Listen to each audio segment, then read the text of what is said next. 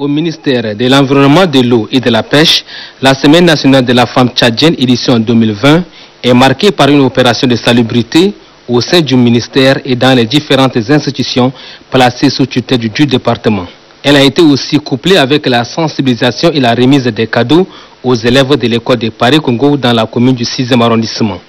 D'un département à un autre, nous sommes au sein du ministère de l'administration du territoire et des collectivités autonomes décentralisées où la gente féminine échange sur les droits de la femme. Les femmes de ce département ministériel se sont relayées pour inviter la gente féminine d'où elle vit à prendre le taureau par les cornes pour arracher ses droits et devoirs. Pour les femmes du ministère du pétrole et de l'énergie, le thème retenu est égalité genre en milieu professionnel. Quel enjeu pour le fonctionnement de l'administration tchadienne? Un thème aussi révélateur qui met en musique l'élaboration de la politique nationale genre, un souci cardinal à tous les niveaux. Même son de cloche au ministère de la Justice. Dans ce département, les femmes célèbrent la Sénafette à travers la restitution des travaux du forum de haut niveau organisé en février dernier sur les 30 ans de la Sénafette. C'est une occasion pour les femmes de faire ressortir les points forts et faibles ainsi que les défis de la Sénafette sur le plan socio-politique. Sur plus de 17 000 employés au sein de la CNPS, Caisse nationale de prévoyance sociale, seulement 1651 femmes travaillent au sein de cette institution. Une situation qui amène les femmes à profiter de cette occasion de la Sénafette de demander au gouvernement de mettre en exergue la politique du chef de l'État Idriss Déby Itno qui prône l'égalité hommes-femmes dans les postes nominatifs et électifs. Les étudiants du COFID, Centre d'orientation et de formation pour le développement, ne sont pas restés indifférentes. Sous le leadership de leur directeur général, elle célèbre la Sénafette à la faveur d'une conférence débat. Dans la commune du 10e arrondissement, les femmes se sont réunies autour de leur mère, Mama Tom Nouéré, pour marquer d'une pierre blanche la Sénafette. À travers une conférence débat animée, elles ont saisi cette opportunité d'exhorter le gouvernement à vulgariser les instruments juridiques en faveur de la femme. Éduquer une fille, c'est éduquer une nation. Forte de cette assertion, les autorités de la commune du 8e arrondissement sensibilisent leurs administrés sur la scolarisation de la jeune fille. Officiant la rencontre, le maire de la commune du 8e arrondissement, Fatima Yaya Abdoulaye, rappelle que la scolarisation des filles est l'une des priorités des plus hautes autorités du pays. Fatima Yaya Abdoulaye a saisi cette opportunité pour appeler les parents à scolariser les filles et surtout les accompagner dans leurs études. Dans le même sillage, l'association des femmes employées de Sochat a opté de récompenser les meilleures lycéennes. Elles sont 24 lycéennes issues des 9 établissements de la capitale. Pour la présidente de l'ASFET, Solkem Garbatna, à travers ce geste, son organisation encourage la jeune fille à poursuivre les études.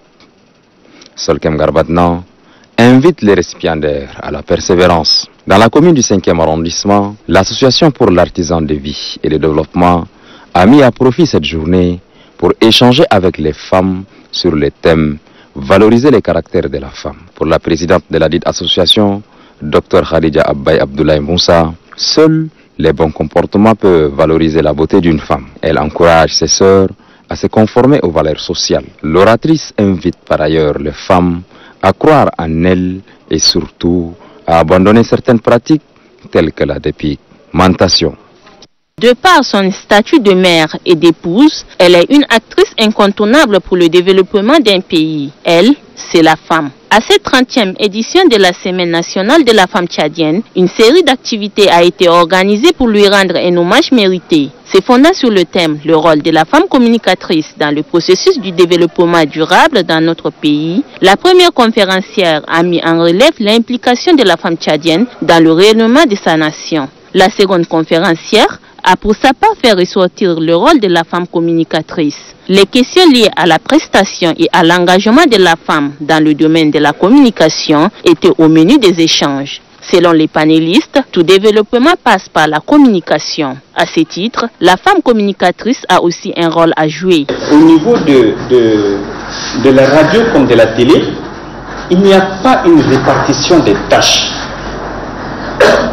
On doit être capable de dire que pour faire fonctionner la radio, nous avons besoin de tel nombre de journalistes à la rédaction, nous avons besoin de tel nombre de techniciens, de tel nombre de chauffeurs et que chaque chauffeur, chaque planton, chaque journaliste sait ce qu'il faut faire. La directrice générale de l'ATPE n'est pas du reste.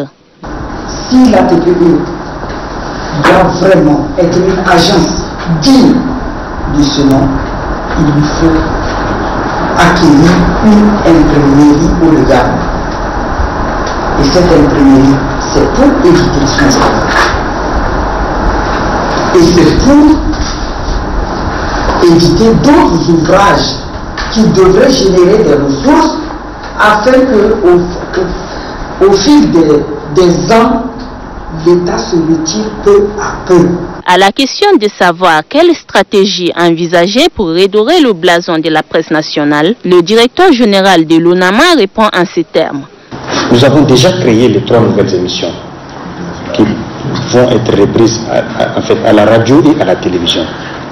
Ces 3 émissions, il y a la matinale, une émission d'1h20. Nous avons une deuxième émission dédiée aux enfants, jeux pour enfants, qui met en compétition les différents établissements de la place. La 3e émission, c'est Entre nous femmes, une émission dédiée à la femme tchadienne. Les 2 directeurs généraux des médias publics promettent de s'investir pleinement pour relever le défi afin de répondre aux attentes des auditeurs, téléspectateurs et lecteurs. À la faveur de la Semaine nationale de la femme tchadienne, les femmes journalistes et les étudiantes des différents établissements de la capitale se sont retrouvées à la Maison de la femme pour débattre du thème Femmes et médias. Les conférenciers Isabelle Seka Nartamadji, Halimi Assadia Ali et Bethel Miarom, tous des professionnels, ont édifié l'assistance sur la pratique du métier par les femmes, les non-implications de celles-ci dans les prises de décision, les rôles de l'Union des femmes communicatrices dans les médias, l'insuffisance des femmes dans ces domaines et l'encadrement des jeunes filles. Le conseiller chargé des médias à la présidence de la République, Mahamad Ngartoumia, a dans son intervention fait un aperçu sur l'évolution du passage médiatique au Tchad. Je peux peut-être apporter ma contribution en ce qui concerne l'insuffisance des femmes dans les médias. Et cette insuffisance a tiré son historique, sa genèse depuis l'ère coloniale, à l'époque des indépendances, je peux me dire, je vais expliquer.